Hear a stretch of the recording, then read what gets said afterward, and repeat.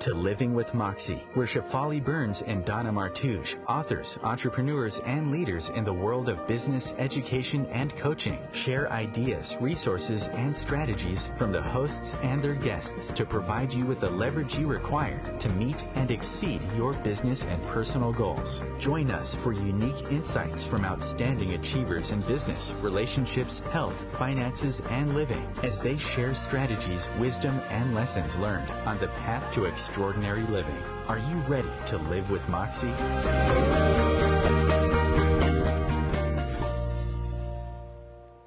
Hello, everyone, and welcome to Living with Moxie. I'm your host, Shefali Burns, and my co-host is here as well, Donna Martouche. Donna, welcome. Thank you. Hi, everybody. So happy to be here. And we are so excited today because we have a special guest with us who will be joining us a little bit later. But we're going to be talking about how to become an author and break into the speaking business. And so I thought we would start off by talking about how we are both authors and speakers and how we became authors and became speakers in our businesses. So later on today, we're going to be having George Carroll on the show with us. He is an author, speaker, and a coach. And he is a phenomenal entrepreneur, businessman who has written several books and is a speaker in his own right. So he's going to tell us more about how to become an author and a speaker. But in the meantime, Donna, let's share what we can with the audience about how we became authors and speakers and what that was like for us and why we even wanted to do that.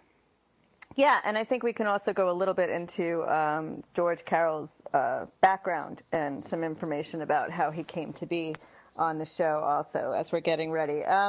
But I think it's sort of interesting because it's something that I never expected to do. I'm not really sure. I don't want to say that I stumbled upon it, but growing up, I always wanted to be in the helping field. I imagined myself being a psychologist. I did possibly imagine myself writing specifically about the field of psychology. And it's sort of interesting, but, life experiences lead you along the way to new paths. When I was younger, I remember listening to both Louise Hay and Wayne Dyer. And I was listening to Louise Hay's story about how no one would publish her book, or if they were going to publish it, they wanted it to be published a certain way. And she opened up Hay House, which is sort of so that she can publish her own book and do it her way. And I might not have the story exactly right, but I remember Wayne Dyer also referring to it and being so very proud of this incredible woman who did that. And you're talking at a time that was, not a common time for a woman to do that, but let alone for people to just decide that, hey, if I can't get someone to do it for me, I'm going to find a way to do it myself. At that time, I knew that I was going to do writing, and I also knew as a result of watching Wayne Dyer on stage that I was going to do speaking because I saw the interactions with him and people in an audience, and I saw how much one person was able to change a whole room of people. And I said, I started to think about the idea that working one-on-one or even in small groups is small compared to what's possible to contribute to the world and what you can actually create. And it was that day, and I was probably about 15 or 16 years old, that I started wondering what it would be like if I chose that, and if I was able to work with large rooms of people, and if I was able to reach people all over the world, but not just here in the United States. Not with a set plan at the time, but just with this idea and this wondering. And then what would start to happen is I was invited to be in an event or asked to participate in something that was along the lines of what I was thinking, and then I liked it. And then I started to seek out opportunities or connect with people who do more of the speaking and the writing so that I can have more access to it and I could learn more about it. But it was a long time before I would actually stand in front of a room and speak with people that were, when I'm talking about hundreds of people in a room, and calls with hundreds of people on a call from all over the world. It took until my 40s, I think, or my late 30s or my 40s before I was actually willing to do it, because I had to get past so many ideas about what I thought or decided a speaker was about what they were supposed to do. Like, I thought I had to really pick one topic and become an expert in only one thing. And I thought that I would have had to have at least 5 books out there before I could have anything on a stage that somebody might want to hear. And I wasn't pulling from my personal life experience as much, because at the time I was still functioning from this belief that that's private and that I really shouldn't share some of the experiences that I had gone through. So much changed from the time that I actually first stood in front of a room of 75, 80 people to the time that I first did a phone call with over 700 people. And a lot of it had to do with my judgments, my perceptions, my ideas, and my decisions about what a speaker is, what an author has to know, what I have to be an expert in before I can show myself to the world. So it's been an ongoing change and process, and that's just the beginning, the tip of the iceberg of that topic. How about for you, Shefali? Well, mine's been my story is kind of similar, but slightly different. It's just amazing how, when we're growing up, we have these ideas, right? These preconceived notions of what it's supposed to look like. But, when I was growing up, I used to read all the time. And, I came to a point one day, I remember saying, you know what, I can write a book. I'm going to write a book. I have something to say. I have something to share. I'm going to write a book. And that one book that I've been wanting to write is still inside me. But in the process, in the past couple of years, I wrote a book on a weekend and I published it on Kindle just because to see what it was like, just to see if I could do it, And it was like, oh, I can do that. That was easy. And then I published in several other anthologies, I think 3 or 4 now, almost 5, I think, anthologies where I submitted a chapter. That was easier for me to do than a whole book, right? So a chapter at a time. It's like, that's doable. I can do that. And when it comes to speaking, oh my goodness, I used to be one of those wallflowers, believe it or not. You could not get me up on stage. But when I would see people on stage and that pull, I always saw myself standing on stage behind a podium talking to hundreds of people and just sharing information, sharing wisdom, sharing stories, whatever it was. It's just about sharing. And then when I finally did do it, it's like, oh, I can do this. It's not that bad. But we keep thinking it has to be harder than it appears, right? It looks really easy. But then we make it seem really hard, like we can't do that. There must be something special about these people. That's why they're doing it. I can't do that. What makes me think that I can do that? All these wonderful thoughts go through our head. And, it's a constant process of saying to ourselves, am I willing to show up? Am I willing to be visible? Am I willing to receive judgments from people? Am I willing to put myself out there, right? So many things we think about. But if you've ever had that thought or feeling, that emotion that you would like to write a book, then there's something within you that wants to get out, that wants to be nurtured and developed. And, there's a vision there that you have for whatever this project is. So, it's like, take the time, take baby steps and just do it. And same thing with speaking. Start in front of a small group if you can, just to get the feeling of, like you said, just to see if you even like it, see if you like the feeling. And then, find more opportunities to do the same. And it's just amazing what can show up for you. And, I always thought speaking was the same. Like, it has to be in front of hundreds of people live in front of me. But now, we are live on a radio show. I do have a telesummit where I bring lots of guest speakers on as well. I've been featured on many other radio shows and podcasts and telesummits as well as a speaker. And it's like, you know what? It's not the way I thought it was going to be. It's actually so much easier. And it's so much more fun, and that's what I like about it. Like, once you have that, desire, you can make it happen. Yeah, I think that's part of it. And I had to come out of a lot of space of judgment of me and the things that I've decided, my knowledge, is it better, in comparing myself. Like, I think there was a period of me that said that I must have a certain number of years of experience, or I have to have this many degrees. And I've got tons of them, degrees and master's certificates and doctorates and all sorts of, whether that be in alternative healing or regular education. And then it's sort of like, well, when is it enough for you to actually believe that you know something that can benefit people or that's worth sharing? And then what I began to realize is that that just about, that a lot of what was people gained the most from was stories that they're not anything you really learn from a book. I mean, your book knowledge may help or add, and your life experience helps and add, but the stories of, experiences and how you connect that to people in their lives is part of what really made the difference for me when I was speaking, that really made connections with people all over the world. And it's real life stuff where people are vulnerable and they really sometimes often feel like they're stuck and they're alone in a specific situation and they don't know how to close a gap from suddenly where they are to where they want to be. And those are the places that I'm not sure that any degree qualifies you to speak towards, as far as that goes, as much as your ability to connect and pull from your own experience to share with others. Does that make sense? Absolutely. And that's what it's about, right? It's about connecting. It's about having that connection with each person who's listening to you. Something within your story, something within your experience is going to get them in some way. They're going to relate to it in some way. They're going to resonate with it in some way.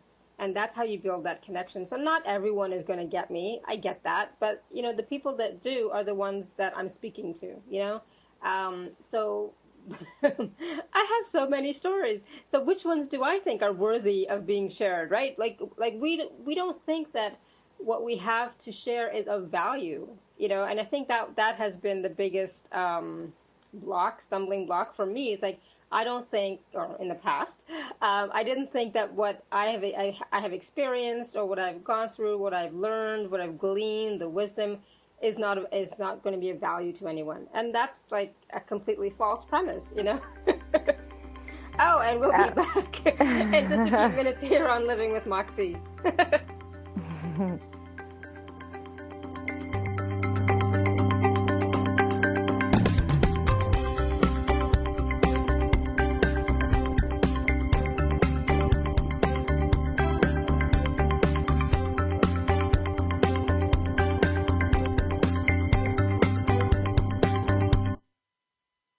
Your conscious connection to a more mindful world. OMTimes Radio. IOM FM. Spiritual, metaphysical, green living, psychic, alternative healing, life coaching. Do any of these or similar terms apply to your business or cause? If so, you are in a niche market with a very specific audience. Conscious Gate PR is the world's leading conscious public relations agency. With a global reach of over 4 million and growing, we offer comprehensive media campaigns to our targeted market. Learn more at ConsciousGatePR.com. Conscious marketing for conscious minds. Hi, this is Sylvia Henderson, intuitive life coach and energy healer. Are you ready to elevate and rise way above your normal? Be sure to listen to my show, Intuitive Transformations, on OMTimes Radio, Sunday evenings at 9 p.m. Eastern. Get the inspiration you need to transform your life. There is no death, only a change of worlds. Chief Seattle. Deborah Livingston is an award-winning intuitive psychic medium whose international services include mediumship, spiritual assessment, animal communication, and spiritual mentoring. She is a published author and a trained shaman. Deborah provides evidential messages from spirit and departed loved ones. Learn more at deblivemedium.com. That's DEBLIV medium.com. I left my heart in San Francisco. Hi, this is Tony Bennett, and I'm a volunteer for LifeBeat. The music industry fights AIDS. We all know that there are some new medications for people with AIDS, but there is still no cure. This is why I personally volunteer for LifeBeat. The AIDS crisis is not over, and people need help. Volunteer for your local AIDS organization. They need you.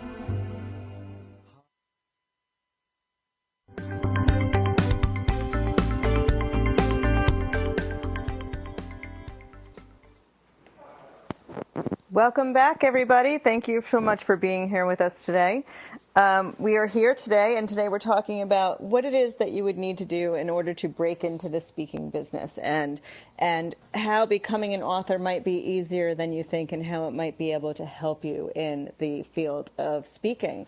I'm not sure how many of you actually would love to be in the field, but I do know that in my last few years, ever since I've been involved in writing and publishing all over the world, I can't tell you how many people come up to us and say, you know, how do you write a book? Where do you start? Where do you go? What do you need to know? Do I need to pay this much money? Is it hard?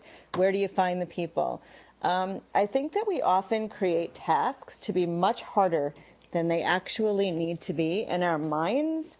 And getting past that is one of the big pieces. And one of the ways to get past that is truly asking questions. So it's very good when you ask those questions.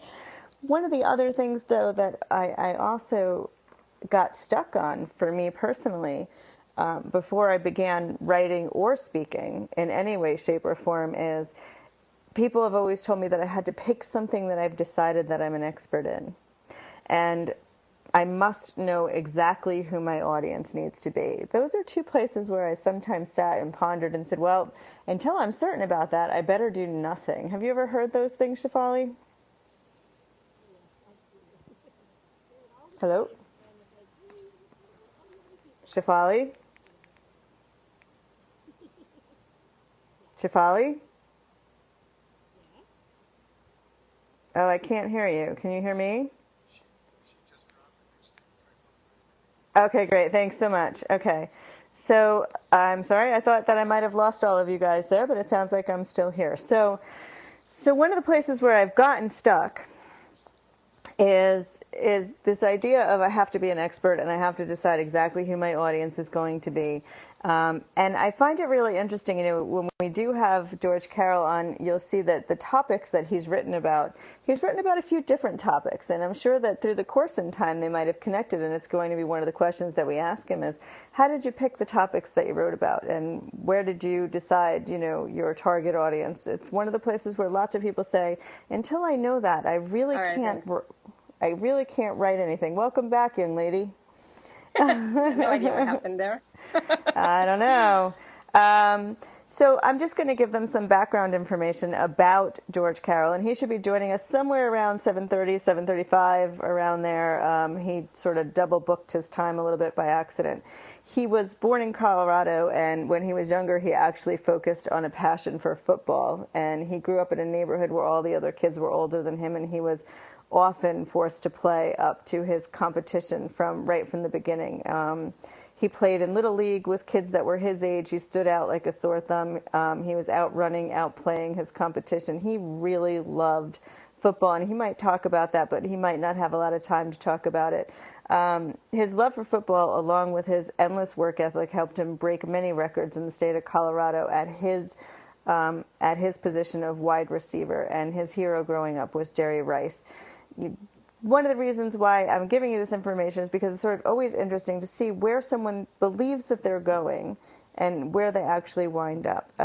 When George was growing up doing a harmless run play during his senior season while just 95 yards short of the school record for yards in a career and potentially on his way to play pro football, his leg and ankle were shattered while blocking a defender.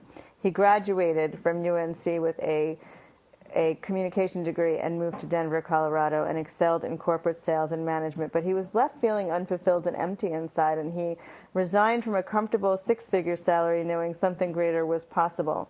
Looking for what that was, he turned to the human potential movement, seeking healing, growth, and transformation, which is really where I met George Carroll. As a result of his own transformation experiences, his passion to help others on their journey of transformation was ignited. He eventually started his own speaking, training, and coaching business, and he's written several books at this point in time that are out there.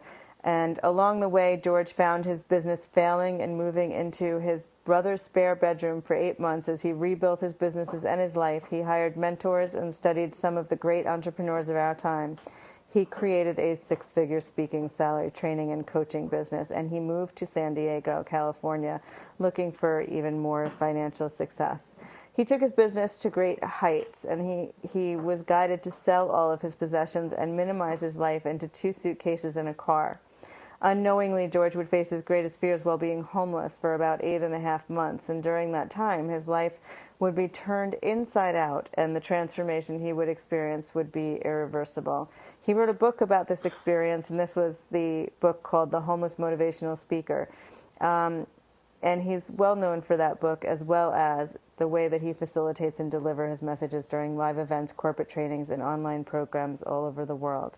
He's done trainings for organizations such as Capital One, American Family Insurance, Colorado Association of Realtors, Monster.com, Lawyers with Purpose, and he's known for his wisdom and his laser coaching style, in addition to his playful, fun-loving personality. So I'm really looking forward to you all getting to hear his perspective of what it's like to break into this industry.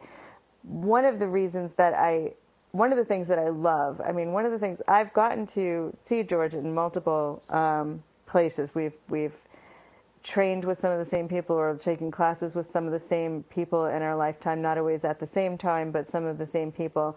He wrote 3 books: The Homeless Motivational Speaker, Developing a Healthy Relationship with Money, Maximum Performance and Productivity, that would appear to be very different, which is one of the things that we're going to talk to him about, coming from this perspective.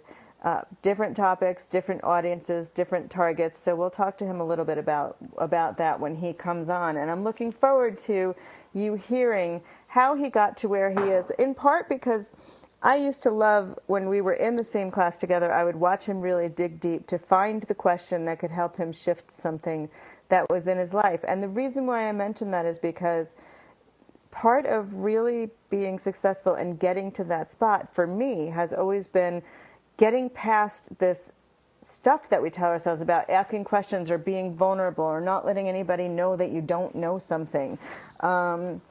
And I would watch as he would really, in his mind, when you could see that somebody's thinking about a question, he would really play with the question until he can get the words out right. And then sometimes he'd ask it and then he'd re-ask it. And you can see the shift that was starting to happen, but it required some digging deep and some vulnerability and some willingness to actually say, hey, I don't know. I don't know where to go from here. What would be my first step? Which I really admired it when I watched him within a class or even when I listened to him speak, the willingness to be vulnerable, the willingness to ask the questions. Shefali, for you, did you ever get stuck on what does your topic have to be about, or do you have to be an expert? Absolutely. And I think most people do. And the thing is, it's great to ask questions, but it's even greater to listen for the response, right? To listen for the awareness of what the answer is, instead of just thinking and trying to figure it out, instead of listening to everybody else telling you what you should do, instead of, going within and saying, okay, what do I want to share? Because really, it doesn't really matter who your target market is. It's more about what do you want to express? How do you want to express yourself to the world? In what way? And then those people, whoever that topic resonates with, will be your target market. And so it doesn't have to be that complicated. The first step is just to ask the questions so that you will start to do something about it. So you'll start to share something. So you'll start to write that first paragraph. And the first paragraph doesn't have to be the beginning of a book. It can be the middle, absolutely, anywhere. And that's what I think people get stuck with is, where do I start and how do I start? And I don't know if anyone is going to want to read this at all. So those questions, we have to go within and find out what's blocking us. Why are we having these thoughts? And what can we do to shift those thoughts and those feelings? Because we can shift them and we can start to create what we desire. And it's a matter of just having that perseverance to keep following our dream, keep following our vision. And, we've talked about this before, Donna, about having those goals, having those visions, and focusing on them on a regular basis. And one of those could be writing a book, So have that in the forefront of your mind and say, okay, this is what I want to write about. I'm just going to start sharing anything and then go from there. For me, I think, it's been difficult, I'll be honest, to start sharing, because I was kind of like you, like, I can't share my personal stuff. It's private. How, nobody wants to really hear what I have, what's happened to me or what I've experienced. But that's not true. People do want to hear, because people can relate to that. And then you become human. And that's who they're relating to, not necessarily the topic or the subject, but they're relating to you. And I think that's the most important thing. Yeah, and I think that, one of the other pieces is once you actually acknowledge what your target is, so if your target is to do something along the lines of write a book or become a speaker, you can become more aware of what questions you need to ask to gather the information so that you know how to do it. Because what I found some of the biggest blocks is when people start asking questions and then they have the information. I've seen people write books in as fast as 7 days. Like, they just sit down, they start writing because they've had this inside of them, and they write it, and then, and then they go through the editing process, and, what it looks like at the end and what they might have written in that 7 days might be very different. But once they get the information on the steps that you have to take, or where you can go to for resources, or just some general idea of a cost, or and anything along those lines where it can become more real and more tangible, it becomes easier. It's like all of a sudden you know what step one can be in order to work towards your target. And that doesn't even begin to happen until you're willing to actually say out loud, like, hey, I want to write a book, so where do I start? And you go through, because it's not going to happen when you keep that all inside and you try and figure it out within your mind. And a lot of people do get lost in the fight in their monkey mind as far as that goes. So we're getting ready to take a break and write down some of the questions that you might have about being an author, about breaking into the speaking business, and what do you need to know, or what you would love to know when George does come on and join us, because we're going to be breaking for a commercial break any second now, and you'll get to hear all the great information from OMTimes Radio and their sponsors, and then we'll be back with you shortly. And take some time to think about what's stopping you and what would you love to know in order to get moving. We'll be right back after these messages.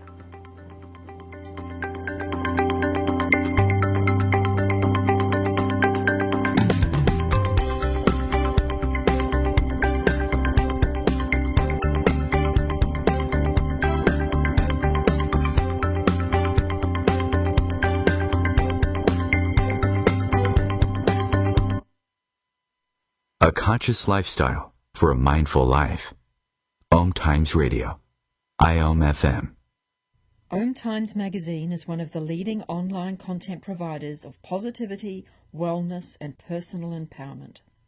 A philanthropic organization, their net proceeds are funneled to support worldwide charity initiatives via Humanity Healing International. Through their commitment to creating community and providing conscious content, they aspire to uplift humanity on a global scale. Connect at omtimes.com. OMTimes, creating a more conscious lifestyle. Hello! Join us, Lisa Berry and Michelle Carter, every Monday at 1 p.m. Eastern Time for the Mindset Makeover, What's Possible. Get ready to become present, clear, and unstuck, and start living fully, led by your heart. While you listen and feel this transformation through vibration of word, sound, and song, you'll open up to what's possible and experience your shift.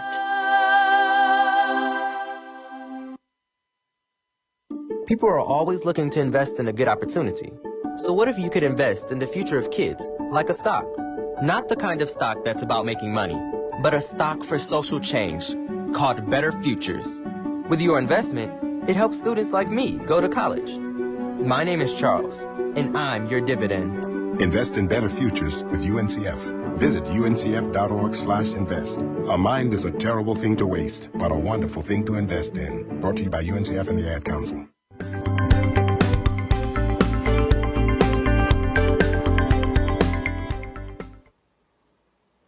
Hey everybody, welcome back. Glad to have you back. I hope you had a few minutes to think about what would be stopping you from actually showing up.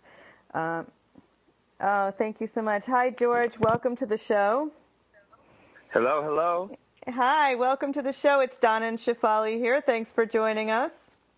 Of course. Thanks for having me, guys. Sorry I'm a little bit late. That's all right. I already did the introduction with your bio, and we started talking a little bit about some of the things that have stopped people from choosing going into speaking or writing, and we'd love to I'll tell you two questions that came up, and then we're going to pass it right on to you. So one of the questions that came up was along the lines of, do you have to be an expert? Because you specifically, George, have written books about what appears to be several different topics, and where do you start? But I'm going to leave you, the expert, to start from here and guide the listeners to how you do this. Okay, sounds good. Go ahead. Okay, got it. So the first question is, do you have to be an expert to write a book? Yeah, do you have to pick so one of the things that came up is, people have always said you have to know your target, you have to know your audience, you have to pick a topic and be an expert. Got it. Okay. So here's what I think about that. I think that it really depends on what your target for your book is. And once you get clear on what your target and your outcome for your book is, and then you can reverse engineer it from there. So a good example is a lot of people work with me to write their book because they are a coach or a change agent, or they want to step into speaking. And so with that, we tend to be a little bit more strategic in the way that we approach it.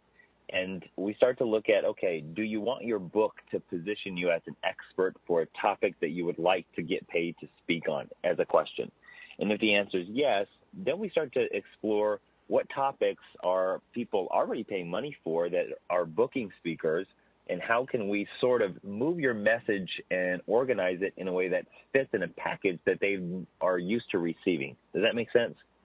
It absolutely does make sense. And what comes up for me is, so they are hearing the idea of expert coming in, but it's sort of saying, well, you probably already have the information, but you're asking them questions to help them frame that in a way that can position them and prepare them for getting out there in their field. Yeah, and, there is a lot of meticulous work in terms of figuring out if you do want to speak with your book, are people already paying money for it? Because if, one of the things that my speaking mentor, James Malinchak, I highly recommend, by the way, if you've never learned from James or watched his videos or been to any of his boot camps, I highly recommend his 4-day Big Money Speaker Boot Camp, because it is an entire education about the speaking business and how to make money in it. And since working with him, that's really when I start to see my speaking business fly, is he understands the game. He's been doing it for a long time.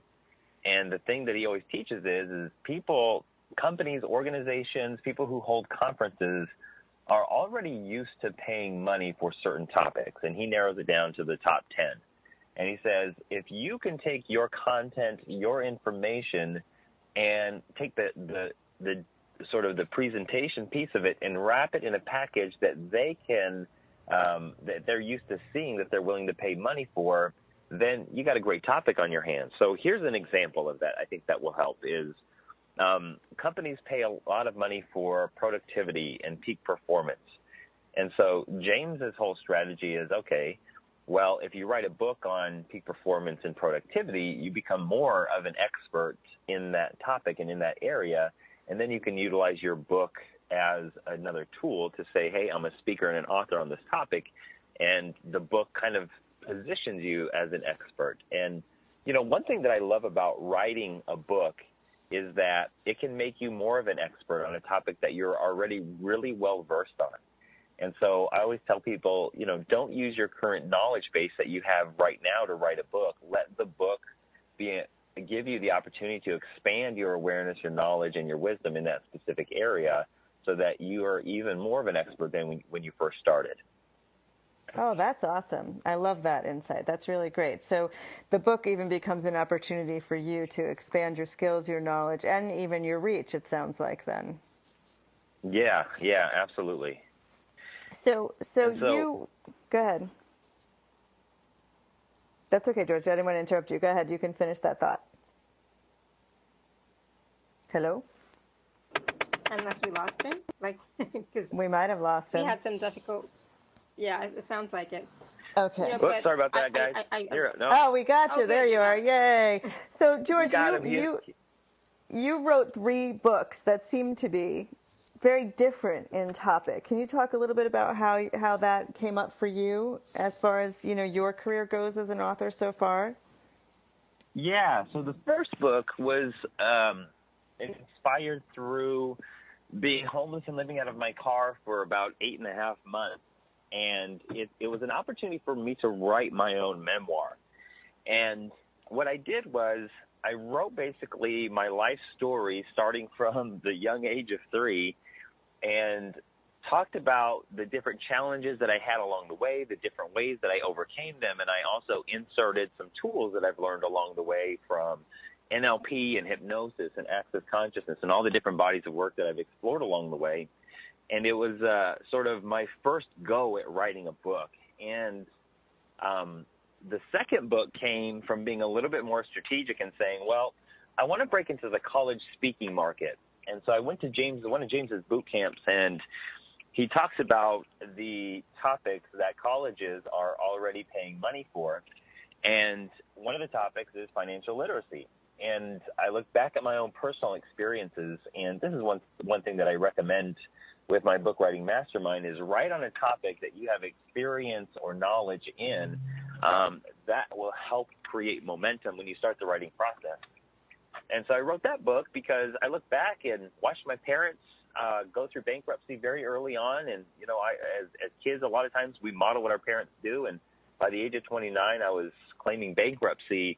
And after that, I needed to make a shift. And so the biggest shift that I made was changing my relationship with money, how I felt about it, how the beliefs that I held about it. And that allowed me to do the things necessary to start building wealth, to start building more income.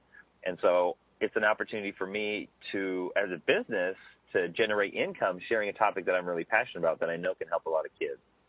And then the third book was very similar, you know, for the corporate market. I wanted to break in as a performance and productivity speaker, so I wrote a book on it and did a lot of research on it and packaged something that I think adds a lot of value to a lot of companies out there and employees. So the last two were more strategic than the first one, but the first one was more the labor of love to get it out so that, you know, I could build that muscle as a published author. What about the vulnerability? I mean, I noticed in some of your writing and in your videos, your willingness to be vulnerable, which seems to, when I have the opportunity to watch you, also seems to help you with connection. I mean, just from an observation from, you know, whether I watch you in class or I watch a video or I see your connections on Facebook, how do you think that has helped you in your writing and in your speaking? Oh, what a fun question. Let's see here. So, you know, anybody who has done a lot of personal work has probably come to some sort of teaching around the power of vulnerability and in that space, how we have access to so much more of ourselves, to so much more possibility.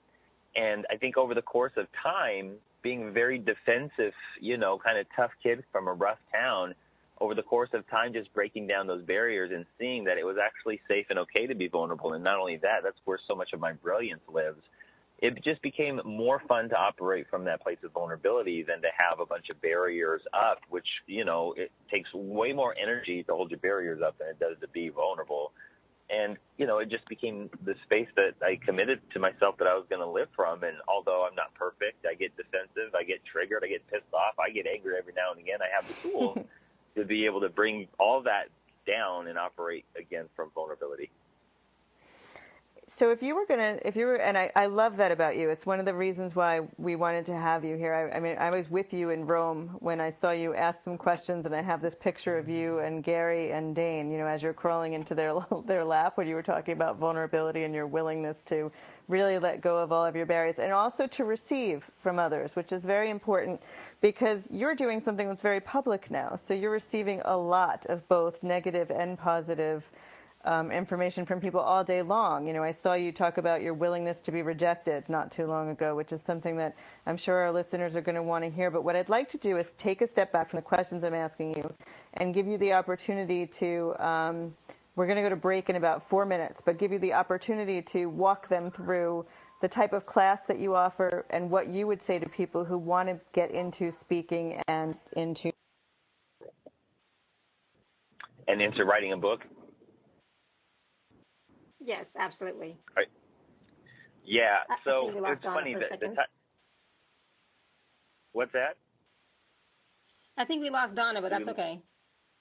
Okay, I can flow with it. So I did a Facebook Live video training today called 5 Ways to Know If You're Ready to Write a Book. And I'll just kind of go through them here. And the first one is that You've had challenging life experiences. You've overcome a lot of limitations. You've overcome certain things in your life that have made you a bigger, better, and more shinier person, if you will.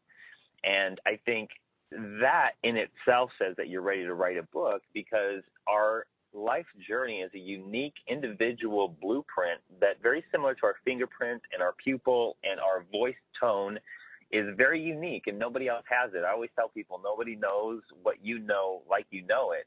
And people's experiences are some of the greatest teachers on the planet. And when people are willing to put themselves out there and put their stories out there and share some of the things that they've learned along the way, I think it could be such a phenomenal way to make a positive change in the world with other people. And the second one is that somebody told you along the way that, hey, you should write a book. Because I personally believe that, the universe or God or the creator communicates to us in a lot of different ways. And in many cases, it's through other people. And so if anybody's ever told you, hey, you should write a book, I think there's something that people should check in there and see, hey, should I write a book? So that's the second way. The third way is, do I still have time, or are we going to a break here soon? Yep. No, go ahead. Okay. All right. So the third way is that you've received that internal nudge. A lot of times people know it's time for them to write a book because they've received that intuitive nudge that, hey, it's time to write a book. And there's not much more I could say on that. People who have received the nudge have received it, and people who haven't received it haven't received it. So if you've received the nudge, write that dang book. The fourth way is if you want to utilize it as a positioning tool to grow your business. So a great example of this is, let's say you are a nutrition and health coach, and you decide to write a book on nutrition and health and, eating clean and all that good stuff, whatever goes into your body of work.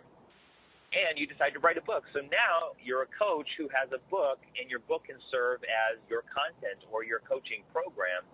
And it kind of lifts you up and separates you from all the other coaches out there, the nutrition coaches that don't really have a book. It's a great way to position yourself as an expert in your topic.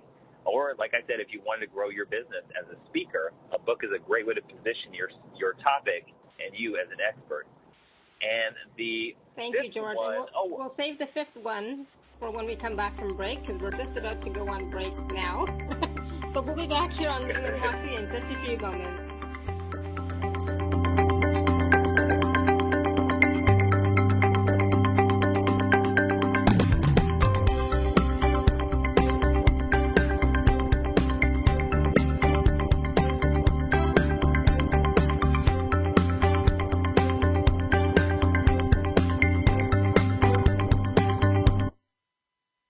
Free your mind. Expand your soul. OMTimes Radio. IOM FM. The number one reason girls drop out of school in sub-Saharan Africa is lack of access to feminine hygiene products. The Pads for Schoolgirls Project, an outreach of Humanity Healing International, is changing this paradigm by setting up sewing programs at schools, teaching girls a vocational skill, while producing the reusable pads that help keep them attending classes. The girls pay it forward by making and giving pad kits to other girls in need. To learn more, visit humanityhealing.org. Humanity Healing is where your heart is.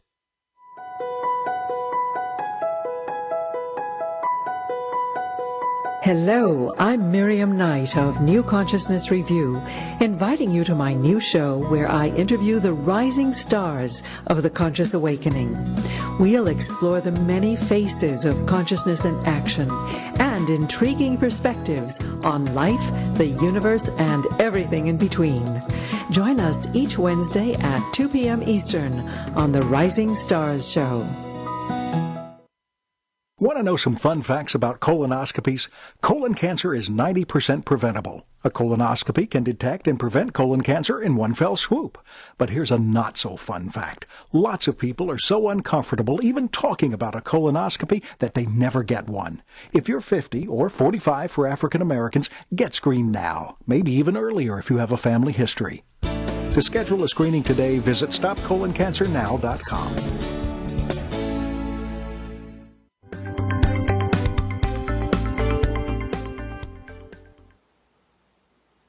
everyone. We're back here on Living with Moxie with our special guest, George Carroll. And George was just talking to us about 5 ways that you might know that you are ready to write a book. So we've been through 4, and so now we are on to number 5. So George, what was the 5th way that we know that we're ready to write that book? Well, I'm glad we went to break because I actually forgot what the 5th one was until we went to break. So I appreciate that time. Yay. So the 5th one is that if you want to step into a greater version of you, you should definitely write a book. So right before I hit the publish button on my first book, I had a guy reach out to me who was a mentor for me, somebody who I hired to do some healing work, like with myself and my own limiting patterns. And I got an email from him the day before I was ready to hit publish. I got a really nasty email from him. And very like, who do you think you are to publish a book? And, sort of a colleague in the field of consciousness. And it hurt and it stung. And I remember crawling into a ball for a couple of days because I got so afraid somebody I would have respected and, did work with just took some shots at me. And so for a couple of days, man, I just crawled into a hole. And one morning I woke up really pissed off, really hurt, but really pissed off a couple of days later. And I said, wait one damn minute here. I said, wait one damn minute.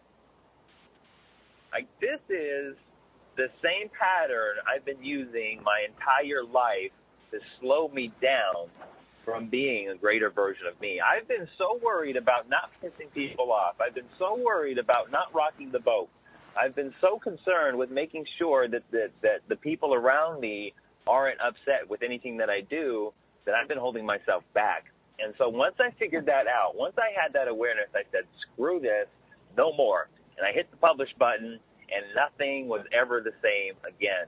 And once you make that decision to write your book, you better be prepared to step through some crap because it is challenging. I mean, Shefali, I think both of you are published authors, aren't you? Yes. We are. We are. I have some chapters in books. My own book has not come out as of yet.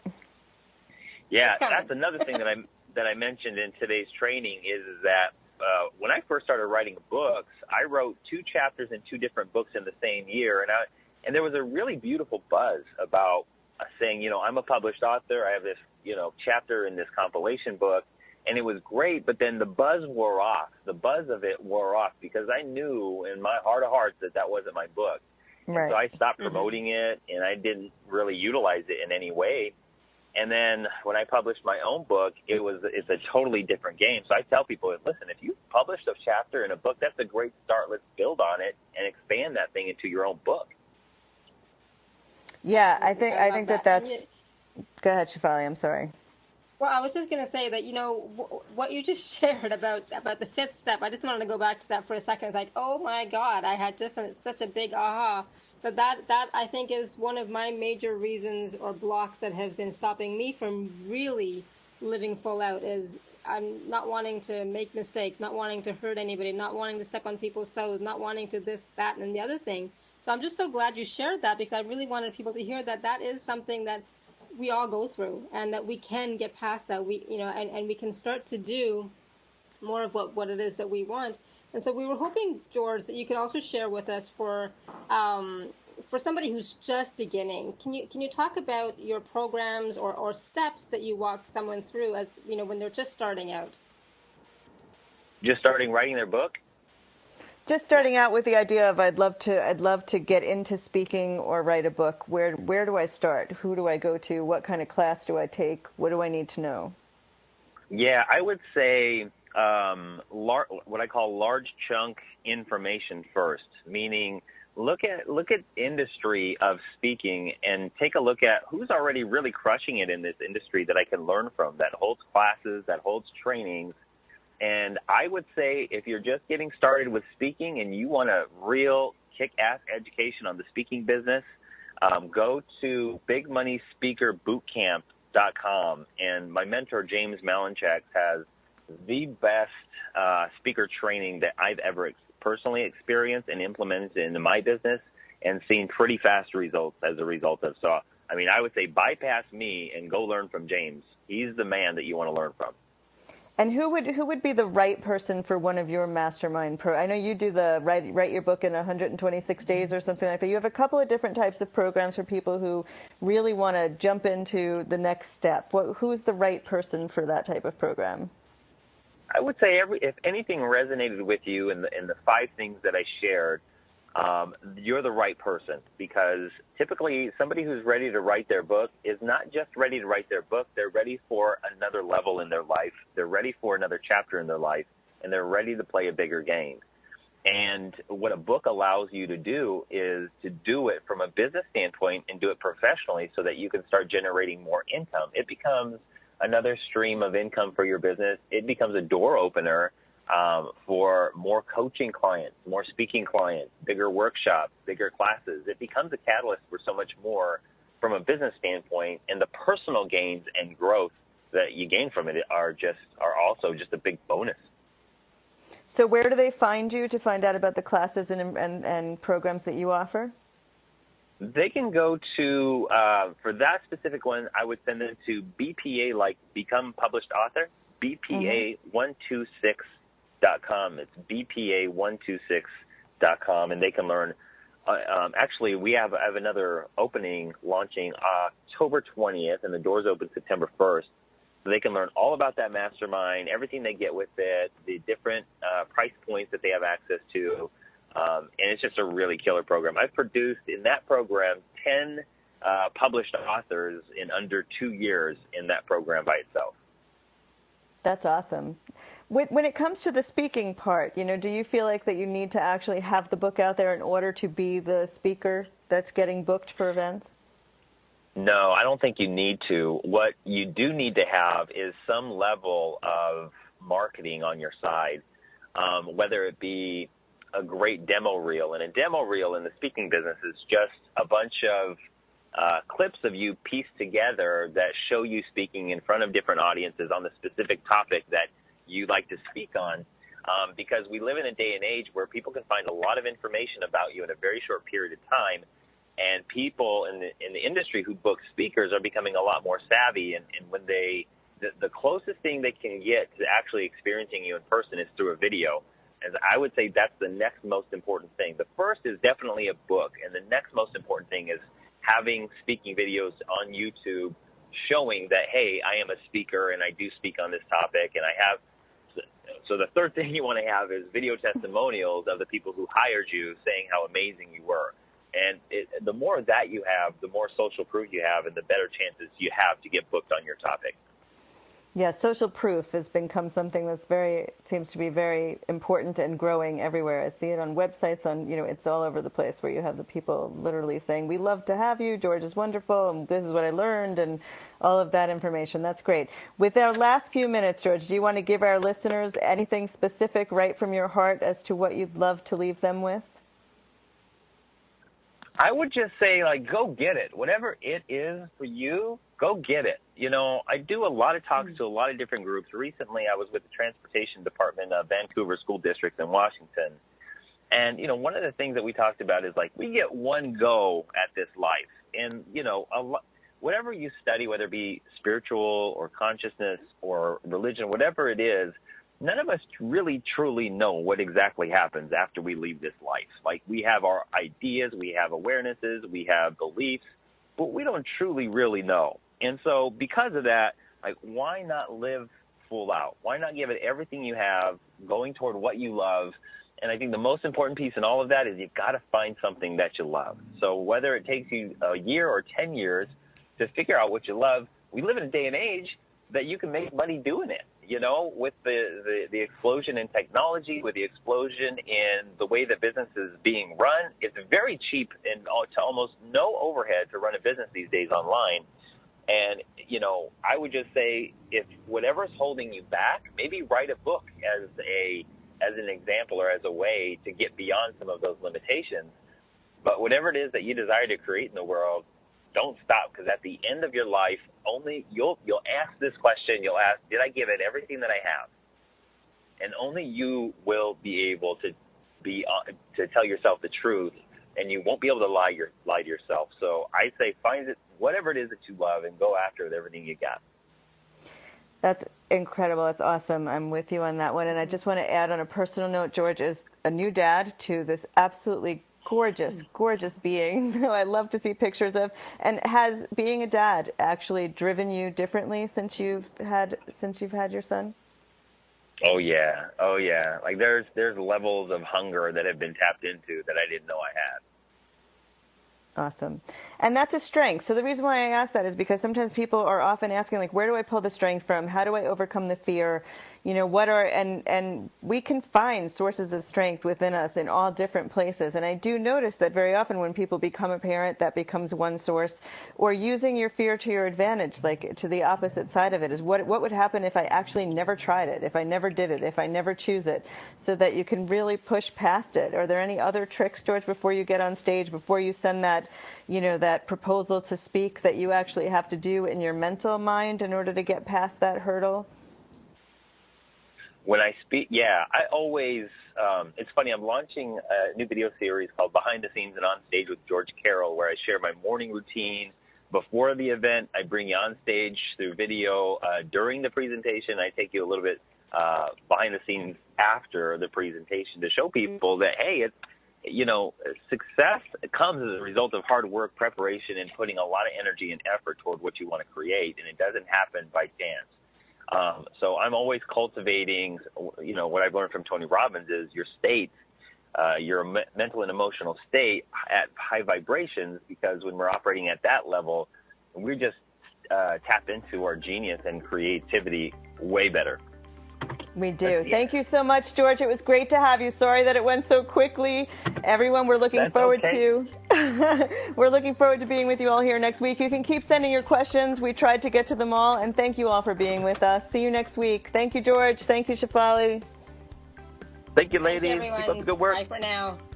Bye. Thank you.